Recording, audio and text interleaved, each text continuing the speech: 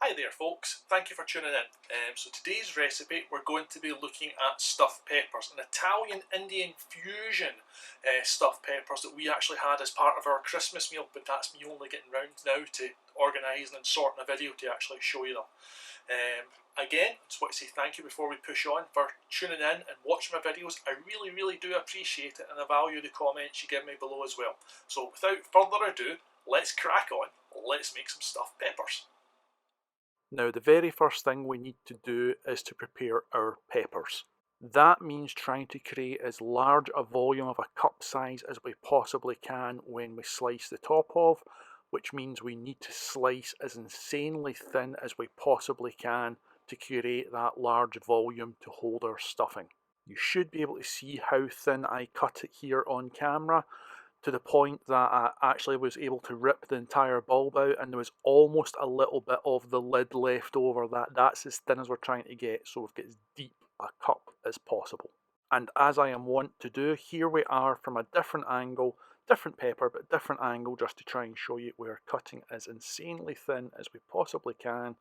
And then as you see, just as I'll turn it around, hopefully, turn it around man, turn it. There we go. You can see the slight residue left over from the actual lid, and we rip that out. If we were going to cut deeper than that, there'd be nothing left to rip out as the seed bit would fall out itself. So that's as thin as we're trying to get. And on a silicone lined baking tray, we now want to set up our peppers. It's better to have the peppers this way rather than the other way. They stand better if you put them the other way. They don't cook as well. I've tried it both, and having the open side up gives you a far nicer finish. Surprised me, but it does. It gives you a far nicer finish. So if your peppers aren't standing because you've bought some slightly wonky ones, just balance them together. And instead of discarding the leftovers tops that we had, we're going to finely chop the lids. So just as you see me doing here, nice fine chops along one direction. Turn your knife 90 degrees and just make them even smaller, because we really don't want large bits of pepper in our stuffing. And we're looking for about 95 to 100 grams of carrot. That might mean weighing a few in the supermarket if you're only buying them individually, but you're looking for 95 to 100 grams of carrot. Got one bang on. I was quite happy with that. And then we just want to finely top and tail our carrot, just so we've got the two end sections off of it before we grate it.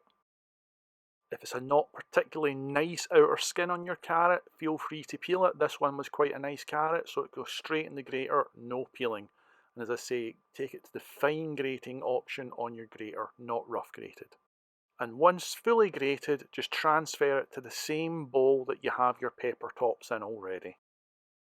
And next up is our frozen sweetcorn, which we need 35 grams of. I personally prefer to defrost it separately from the mixture it's getting added to, but you could add it directly to the pepper top and carrot mix if you want and just let it defrost there.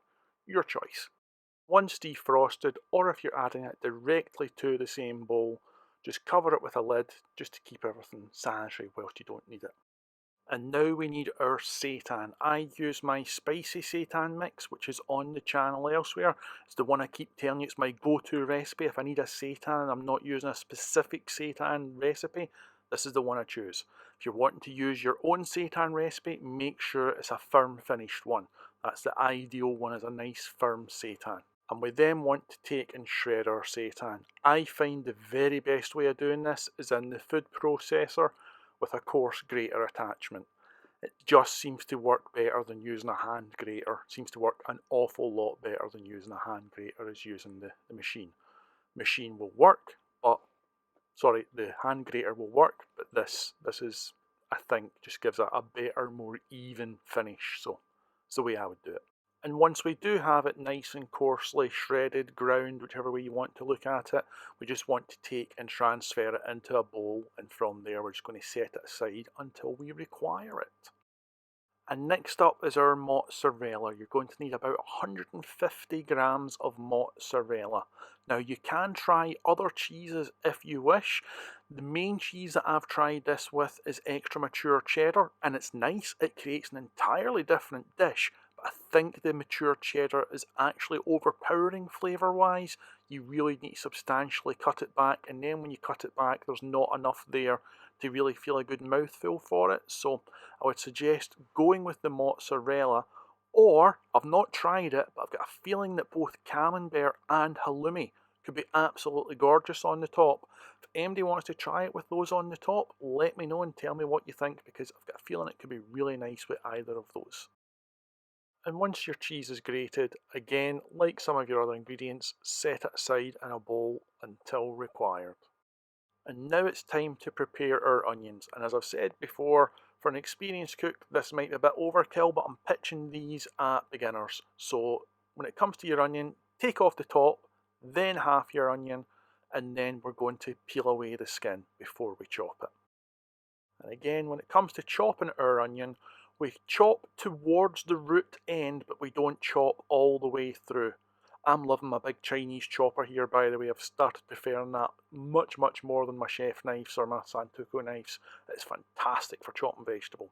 But anyway, back on topic. Once we've chopped all the way towards the root end, we turn our onion 90 degrees and then we chop down. The thinner we make all those slices, the finer we have our onion chopped. Here we're quite happy with a fine to rough chop. We don't need to go insanely thin here, but we do want it thin. And once our onion is cooked, just take and transfer it to a small mixing bowl, which we then want to cover with something. I've got various different types of silicone lids that I use for this exact purpose, because it helps stop your eyes stinging and all those acids coming off of the onions getting into the air. Yes, they're going to sting for a little bit as you cut them, but it stops it sitting in the air. I love them. And to the onion, we are then going to add half a teaspoon of cumin seed, and then quickly cover it up again, protect those eyes. And now it's time for our chopped tomato, of which we need half a can being 400 grams, and we need 200 grams. Now in this instance here, I'm actually using chopped tomato that I'd frozen from a previous batch, because what to do with the half of the can you don't need is to freeze it.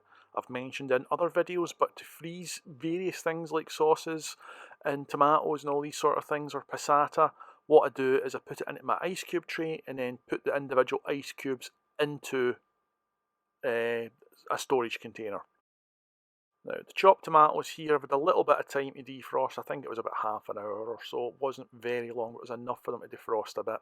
We're then going to add our tomato paste, which we want half a tablespoon of. And next up it's our ginger paste, of which we are going to use another half tablespoon. Now I'm using a tiny little bit of mild chili powder here. It's only 1/4 of a teaspoon. That's because the wife is beginning to get an intolerance towards chili pepper, so we really need to cut it down to the bare minimum. But if you want to add a little bit more heat, you could increase the amount of chili powder. It's up to you, but it's lovely as is, and I don't really think it needs the extra heat personally. And because this is an Italian Indian sort of fusion meal, we're going to also be adding 1 teaspoon of Italian seasoning. And next up is our water, of which we're going to add 100 millilitres of cool towards tepid water. We then want to give everything a mix together, just so it's all nice and well blended. And the final ingredient that we need to prepare for going into the bowl is our garlic. We're looking for 2 towards 3 cloves of garlic. You can either use fresh, or you can use frozen, or you can even use the frozen blocked garlic, but you would need to break that down a little bit because they sit at about 4 cloves of garlic. Now, it doesn't matter whether it's fresh or whether it's frozen. You sometimes get a little bit of brown bits on your garlic. One of the cloves here had that, so you just remove that little bit of brown bit, and then we can get on and we can chop them up. Now, I'm still on the fence. I'm trialing it every now and again, but I have heard that if you use salt on your garlic cloves, they don't stick as much. And where I think that theory might actually be correct is when you've actually finely chopped the actual garlic. It seems to me that once you've got it relatively finely chopped, it doesn't stick as much. But when it's a whole garlic, or when it's still quite large amounts, it does seem to stick just as much as it ever sticks. But as it gets finer, I do think the theory might be holding true. But as I say, I'm on the fence. If you experiment with it, let me know. Tell me how you got on with it. And once our garlic has been finely chopped, just take and add it to the tomato mix. We're not looking for it to be completely pasted, but we are looking for it to be finely minced. And now we can prepare our spices and seasoning. First up is our garlic powder, of which we require 1.5 teaspoons of. And next up is 1 teaspoon of smoked paprika, a fantastic spice, one of my favourites.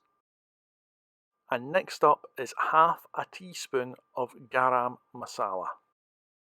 And next up is 1 teaspoon of table salt.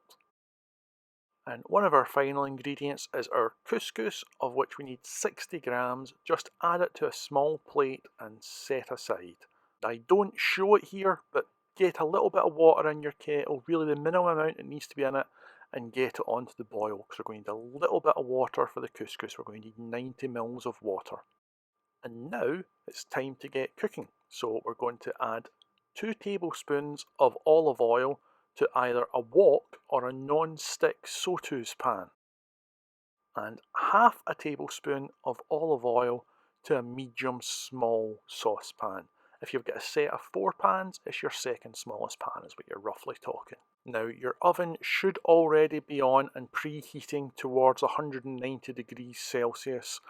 Whilst that's preheating and almost getting towards temperature, we then want to start heating both these pans as well, both set to a medium heat. And we can now add our peppers to the oven set at 190 degrees Celsius, and we're going to cook them for 30 minutes on a fan setting. And almost immediately after adding the peppers to the oven, we want to start cooking our shredded seitan. Again, medium heat, and we're going to be cooking that for 4 to 5 minutes until it starts browning off a little. And almost immediately after adding the seitan, we're going to add our pepper mixture to our small pan. Again at medium heat, and this we're going to cook for 8 minutes. Just make sure we stir both regularly enough so that they don't stick. We don't need to be over the top of them all the time, but stir both so that they aren't sticking and we're getting an even cook throughout everything. And at the same time as we add our pepper mix, we also want to add our spice blend from the ramekin that we already prepared. And once our 4 to 5 minutes are up, we want to add our onion and cumin seed mixture to our seitan, and still at a medium heat we're going to cook this for 8 to 10 minutes. We're looking for our onion to have turned a really nice lovely golden colour by the round of the 8 to 10 minutes. And again, don't forget to stir both just to prevent sticking and to make sure everything's cooked evenly.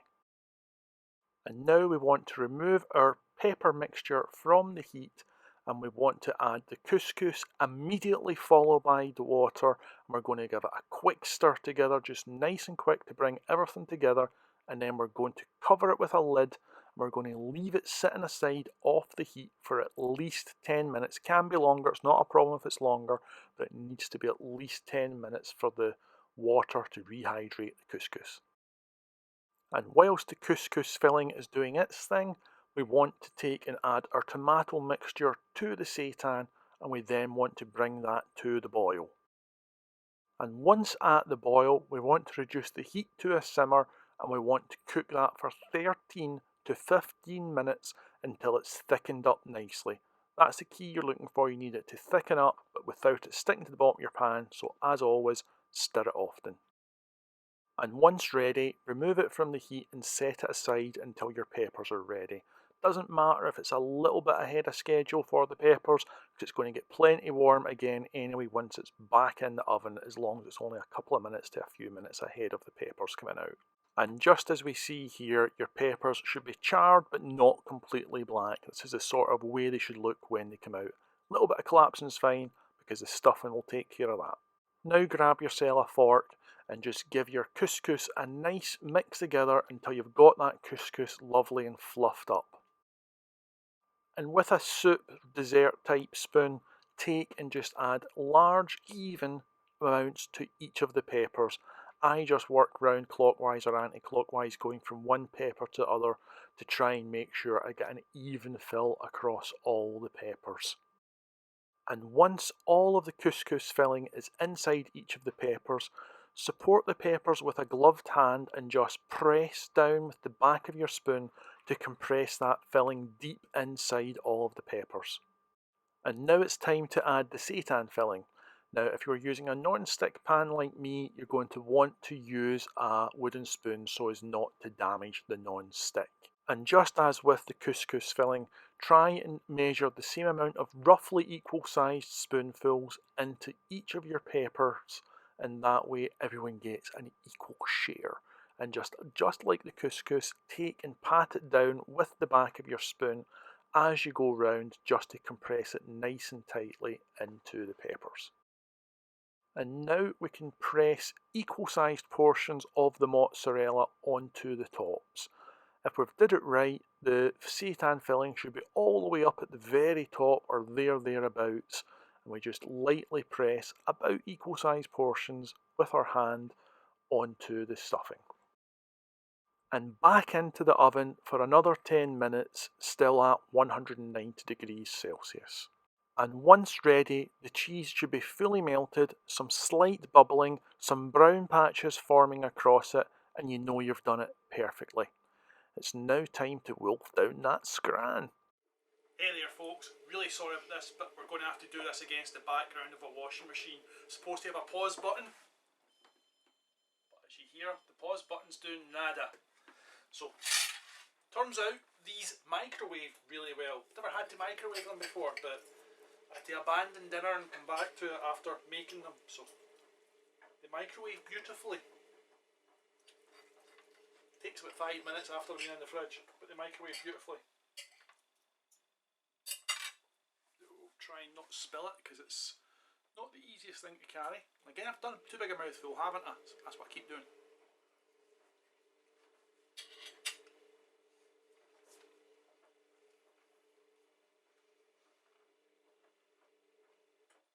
Mainly the couscous filling I got there, very little of the seitan, if any. I don't think I got any of the seitan in that mouthful, but this meal has such a breadth of flavours.